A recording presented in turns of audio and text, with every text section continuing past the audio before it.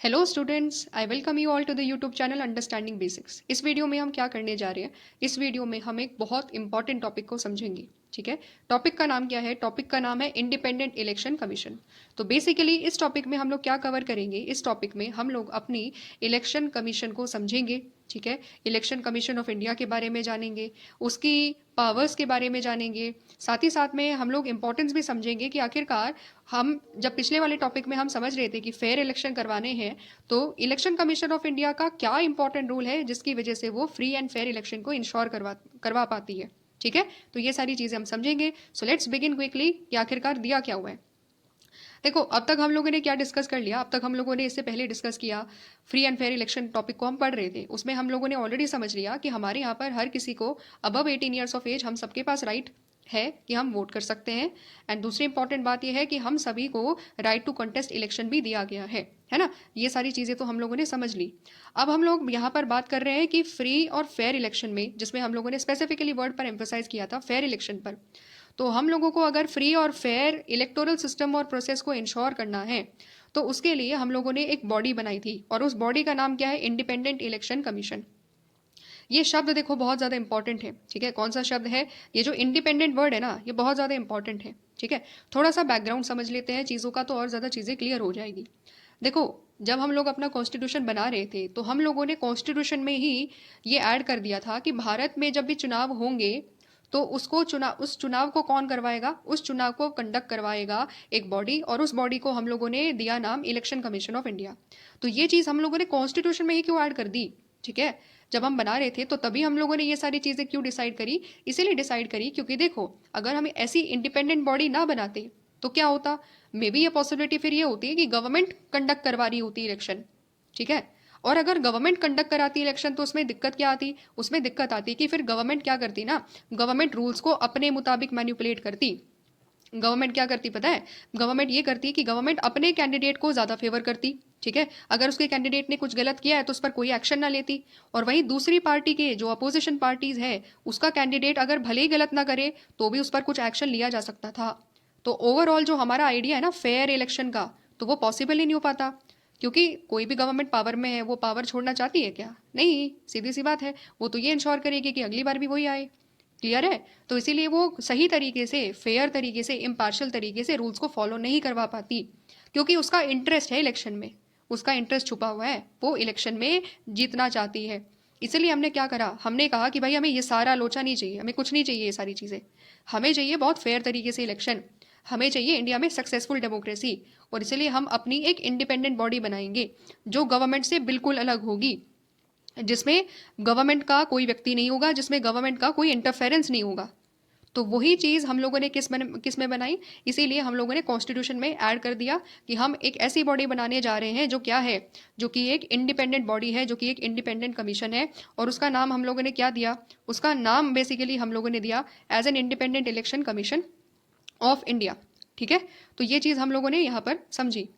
अब और क्या दिया हुआ है? Creation of an independent election commission to supervise and conduct elections. ठीक है, तो ये क्या करेगी? सुपरवाइज करेगी, ये देखेगी कि सारी चीज़ें जो रूल्स वगैरह है वो फॉलो किए जा रहे हैं कि नहीं, कॉन्स्टिट्यूशन में जो चीज़ें लिखी हुई है वो फॉलो किए जा रहे हैं कि नहीं किए जा रहे, हर कैंडिडेट अपने सही तरीके से इलेक्शन कैंपेनिंग कर रहे हैं, कोई ऐसा तो नहीं कर रहा कि किसी के खिलाफ हेट्रेड क्रिएट कर रहा है, कोई लॉ को वायलेट कर रहा है, कोई पैसे को मिसयूज़ कर रहा है, पैसे के बेसिस पर जो है इलेक्शंस लोगों का वोट खरीदने की कोशिश कर रहा है। ये सारी चीज़ों को कहा जाता है सुपरवाइज करना एंड इलेक्शंस को कंडक्ट करवाना, पोलिंग बूथ्स बनाना। ठीक है, और जो भी इंपॉर्टेंट चीज़ें होती है, इलेक्टोरल वोटर लिस्ट बनाना, ये सारे बेसिक फंक्शंस हैं। वो बेसिक फंक्शंस भी हम पढ़ेंगे, लेकिन नेक्स्ट वीडियो में, जहाँ पर हम सारी फंक्शंस को डिटेल में अंडरस्टैंड करेंगे।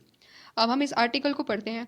ये क्या है? Article 324, the superintendence direction and control, the superintendence, direction, and control of preparation of electoral rolls and the conduct of all elections to the parliament and the legislatures of every state and of elections to the office of president and the vice president held under the constitution shall be vested in the commission which is called as the election commission. तो हमारे constitution का एक specific article है जिसका नाम क्या है? Article 324। Article 324 बता रहा है कि हमारे कॉन्स्टिट्यूशन में एक कमीशन बनाई गई है। उस कमीशन का नाम क्या है? Election commission of India. उसका काम क्या है? उसका काम है सुपरिटेंडेंस करना, डायरेक्शन डायरेक्शन का मतलब क्या है? डायरेक्ट करना, पार्टीज को डायरेक्शन देना। कंट्रोल करना, किस चीज़ का? इलेक्टोरल रोल्स को प्रिपेयर करना। ठीक है, तो पूरा का पूरा जो इलेक्शन है उसको कैसे करना है, सुपरवाइज कैसे करना है, कैसे चलाना है, कैसे कंट्रोल करना है, ये काम तो करेगी इलेक्शन कमीशन। साथ ही साथ में इलेक्टोरल रोल्स को प्रिपेयर करना। इलेक्टोरल रोल्स का मतलब क्या है? वो लिस्ट प्रिपेयर करना जिसमें सभी के सभी वोटर्स का नाम होता है, उस चीज़ को कहा जाता है इलेक्टोरल रोल। तो ये लिस्ट ऑफ वोटर्स कौन प्रिपेयर करेगा? Election commission of India prepare करेगी। और इलेक्शन कमीशन ऑफ इंडिया कौन कौन सी बॉडीज़ के इलेक्शन को कंडक्ट कराती है? तो सबसे पहला क्या है? सबसे पहला है पार्लियामेंट। जब भी संसद में इलेक्शन होते हैं, जब भी संसद में इलेक्शन होते हैं, बीट लोकसभा बीट राज्यसभा, कौन कराएगा? Election commission of India. ठीक है। Similarly legislative assemblies, state legislative assemblies में जितने भी इलेक्शंस होते हैं, कौन करवाएगा? इलेक्शन कमीशन ऑफ इंडिया करवाएगी। साथ ही साथ में president of India, president of India को कौन उनका जब इलेक्शन होता है तो कौन करवाएगा? इलेक्शन कमीशन ऑफ इंडिया करवाएगी। साथ ही साथ में वाइस प्रेसिडेंट ऑफ इंडिया। ठीक है, तो ये क्या है? ये 4 इंपॉर्टेंट बॉडीज हैं जिनकी इलेक्शंस की जिम्मेदारी कौन करेगा? जिसके इलेक्शंस को सुपरवाइज करेगा, डायरेक्ट करना होगा, सब कुछ इलेक्शन कमीशन ऑफ इंडिया करेगा, जो कि एक इंडिपेंडेंट बॉडी है। ठीक है, कॉन्स्टिट्यूशन ने उसको पावर दे रखी है, अलग से पावर दे रखी है। गवर्नमेंट नहीं है, गवर्नमेंट एक अलग चीज़ है, ये बॉडी एक अलग चीज़ है और उसको अलग से पावर दी गई है कि तुम्हारी जिम्मेदारी है, तुम ये सारी चीज़ें करोगे। क्लियर है? समझ में आ गई बात? तो पावर किसने दी है? इलेक्शन कमीशन ऑफ इंडिया को संविधान ने दी है। ठीक वैसे ही जैसे पार्लियामेंट को पावर किसने दी है? कॉन्स्टिट्यूशन ने दी है। जैसे पार्लियामेंट एक इंडिपेंडेंट बॉडी है, ठीक वैसे ही कॉन्स्टिट्यूशन बॉडी के तौर पर हमारे यहाँ पर इंडिपेंडेंट इलेक्शन कमीशन भी आती है। क्लियर हो गया? समझ में आ गई बात? अच्छा, अब यहाँ पर और क्या दिया हुआ है? और यहाँ पर इंपॉर्टेंट चीज़ें दी हुई है, तो यही बात यहाँ पर करी गई है। ठीक है, तो और क्या दिया हुआ है? एक सेकेंड। हाँ, आर्टिकल 324 में क्या है? आर्टिकल 324 में वही बात करी गई है that it provides for an independent election commission for superintendence, direction, control of electoral rolls and conduct of elections in India. ये डिटेल में अभी हम लोगों ने आर्टिकल में अंडरस्टैंड कर लिया, एक एक चीज़ को हम लोगों ने समझ लिया। ठीक है, so these words in the constitution they are very important because they give election commission decisive role in virtually everything to do with election। तो जनरली जितना भी भारत में इलेक्शंस का कुछ काम करना होता है ना, सारी की सारी पावर किसके हाथ में है? सारी पावरफुल जो सारी की सारी पावर है ना, वो हमारे इलेक्शन कमीशन ऑफ इंडिया के हाथ में है। अब यहाँ पर एक और सवाल उठ सकता है। वो सवाल क्या उठ सकता है कि देखो, जब भी जनरली हम लोग बात करते हैं इलेक्शंस की, तो हमारे यहाँ पर थर्ड टायर लेवल भी तो है ना, हमारे यहाँ पर पंचायत भी है। तो पंचायत के इलेक्शन कौन करवाता है फिर? है ना? We also have to conduct the elections of local body. Local body elections भी हमें हमें करवाने होते हैं, तो वो कौन करेगा? इलेक्शन कमीशन ऑफ इंडिया नहीं करता, उसका इलेक्शन कौन करता है? वहाँ पर स्टेट इलेक्शन कमीशन काम करती है। ठीक है, हर स्टेट में हर स्टेट की इलेक्शन कमीशन होती है, जिसको हम लोग क्या कहते हैं? State election commission. तो हर स्टेट में जो भी जब भी पंचायत पर, म्यूनिसिपैलिटीज़ में इलेक्शन होता है, लोकल गवर्नमेंट में इलेक्शन होता है, तो उसका काम वो कौन करता है? वो करता है स्टेट इलेक्शन कमीशन। ठीक है, समझ में आ गए?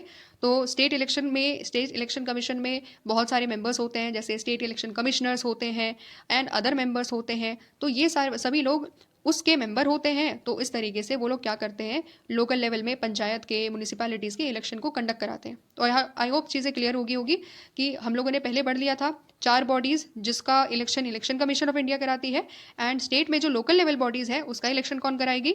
स्टेट की इलेक्शन कमीशन कराएगी। ठीक है, okay. So election commission of India can either be a single member और अ मल्टी मेंबर बॉडी। अब बेसिक तो हम लोगों ने समझ लिया कि कौन क्या कंडक्ट कराएगा इलेक्शन, ये सारी बेसिक चीज़ें तो हम लोगों ने समझ ली। अब यहाँ पर हम लोग थोड़ा सा और समझते हैं, इलेक्शन कमीशन ऑफ इंडिया के मेंबर्स के बारे में जानते हैं। ठीक है, समझेंगे कि सिंगल मेंबर बॉडी है या इसमें 2 मेंबर आते हैं, 3 मेंबर आते हैं, कितने मेंबर आते हैं, ये हम समझेंगे। ठीक है, so election commission of India, Bharat की जो इलेक्शन कमीशन है उसमें कितने, स्टार्टिंग में अगर आप देखोगे तो यहाँ पर ऑप्शन दिया हुआ है कि या तो ये सिंगल मेंबर बॉडी हो सकती है या फिर एक तरीके से मल्टी मेंबर बॉडी भी हो सकती है। ठीक है, दोनों हो सकता है, सिंगल मेंबर बॉडी भी हो सकती है, मल्टी मेंबर बॉडी भी ये हो सकती है। और बहुत लंबे टाइम तक ये चीज़ें चेंज होती रही, कभी सिंगल मेंबर रखा, कभी डबल मेंबर रख दिया, मतलब सिंगल मेंबर रखा, कभी कभी क्या हुआ, मल्टी मेंबर बॉडी होगी, 2 मेंबर आ गए, 3 मेंबर आ गए, इस तरीके से चीज़ें चेंज होती गई। तो क्या है, इसी को हम लोग थोड़ा सा बस रीड कर लेते हैं, केवल जानकारी प्राप्त करनी है, ये बहुत ज़्यादा इंपॉर्टेंट नहीं है, क्योंकि अभी जो फाइनल हमारी इलेक्शन कमीशन ऑफ इंडिया है उसमें 3 मेंबर है। ठीक है, तो अभी बस हमें इतना पता होना चाहिए कि हाँ अभी कितने मेंबर है, 3 मेंबर है, उनके बारे में हम डिटेल में अंडरस्टैंड करेंगे, बट फिर भी एक बार थोड़ा सा समझ लेते हैं कि क्या दिया हुआ है। 1989 में the election commission was a single member, तो 1989 तक एक मेंबर था। जस्ट बिफोर 1989 जनरल इलेक्शन में 2 election commissioners were appointed, 2 election commissioners were appointed making the body multi member body. ठीक है, तो 1989 से जस्ट पहले क्या हुआ, 1989 से जस्ट पहले क्या हुआ कि 2 इलेक्शन कमिश्नर्स अपॉइंट किए गए और उसकी वजह से बॉडी क्या बन गई, मल्टी मेंबर बॉडी बन गई। ठीक है, फिर उसके बाद क्या हुआ, फिर उसके बाद चीज़ें चेंज हो गई। पहले 3 मेंबर बन गए, 3 मेंबर के बाद फिर दोबारा से उसको 1 मेंबर बॉडी में कन्वर्ट कर दिया गया। तो ये चीज़ें चलती रही। ठीक है, बहुत लंबे टाइम पीरियड तक ये डिस्प्यूट चलता रहा कि इसको कभी 3 मेंबर बॉडी, कभी 1 मेंबर बॉडी, ये चीज़ें चलती रही। कब तक चलती रही, अब हम आगे देखते हैं। तो यहाँ पर क्या हुआ, ये बेसिकली क्या था, ये एक डिफरेंस था। This was because of a sharp difference of opinion between the chief election commissioners and the other election commissioners about who had how much power. अच्छा, तो इनिशियली क्या हुआ, जब मल्टी मेंबर कमीशन बनाई जा रही थी ना, मल्टी मेंबर कमीशन बन रही थी, यानी कि उसमें 3 मेंबर आ रहे थे, तो बहुत ज़्यादा एप्रीहेंशन थी। एप्रीहेंशन क्या थी कि एक डिफरेंस ऑफ ओपिनियन था, किस किस के बीच में, चीफ इलेक्शन कमिश्नर्स के बीच में, चीफ इलेक्शन कमिश्नर्स के बीच में, और साथ ही साथ में जो अदर कमिश्नर्स है, साथ ही साथ में जो अदर कमिश्नर्स है उनके बीच में बहुत ज़्यादा डिफरेंसेस था कि मेरे पास ज़्यादा पावर है या फिर तुम्हारे पास ज़्यादा पावर है। क्योंकि 2 मेंबर थे, देखो, एक तो होता है सीईसी, चीफ इलेक्शन कमिश्नर, और बाकी 2 मेंबर को क्या कहा जाता है, इलेक्शन कमिश्नर्स। ठीक है, तो 3 मेंबर थे इस तरीके से, एक मेंबर था सीईसी और बाकी 2 मेंबर्स को कहा जाता था इलेक्शन कमिश्नर्स। तो दोनों में लगातार डिस्प्यूट चलती रहती थी कि तुम्हारे पास ज़्यादा पावर है या हमारे पास ज़्यादा पावर है। तो ये सारी चीज़ों को क्या किया गया, ये जो मैटर था सुप्रीम कोर्ट के पास गया, सुप्रीम कोर्ट ने इस चीज़ को सेटल करा, और उसके बाद से क्या सेटलमेंट हुआ, that there is a general consensus that a multi-member election commission is more appropriate as power is shared and there is a greater accountability। क्या हुआ, सिंपल सी बात उन्होंने बोली, सुप्रीम कोर्ट ने बोली कि आज से क्या होगा, 3 मेंबर बॉडी को रखो। ठीक है, 3 मेंबर बॉडी को रखो और तीनों के तीनों मेंबर के पास इक्वल पावर होगी। ऐसा नहीं है कि तुम चीफ इलेक्शन कमिश्नर हो तो तुम्हारे पास ज़्यादा पावर है और इन दोनों के पास कम पावर है। ठीक है, ऐसी बात नहीं है। रादर उन्होंने क्या बोला, उन्होंने बोला कि तुम सभी के पास इक्वल पावर होगी, पहली चीज़ तो ये। और दूसरी इंपॉर्टेंट चीज़, जो भी हम लोगों का एप्रीहेंशन था, जो भी हमारा शक था कि एक मेंबर बॉडी रखे ईसी को, इलेक्शन कमीशन को एक मेंबर बॉडी रखे या फिर मल्टी मेंबर बॉडी बना करके रखे, तो वो सारी चीज़ें खत्म हो गई, सारा डिस्प्यूट खत्म हो गया और फाइनली डिसाइड किया गया कि अब से क्या होगा, अब से 3 मेंबर की बॉडी होगी और वो पावर शेयर करी जाएगी सभी के बीच में, और इससे क्या होगा, बेटर तरीके से डिसीजन मेकिंग होगी और साथ ही साथ में अकाउंटेबिलिटी भी इंश्योर करी जाएगी हर किसी की। ठीक है, तीनों मिलकर के डिसीजन मेकिंग करेंगे। समझ पा रहे हो, तो ये सारी चीज़ें सुप्रीम कोर्ट के डिसीजन की वजह से डिसाइड कर ली गई। अब उसके बाद क्या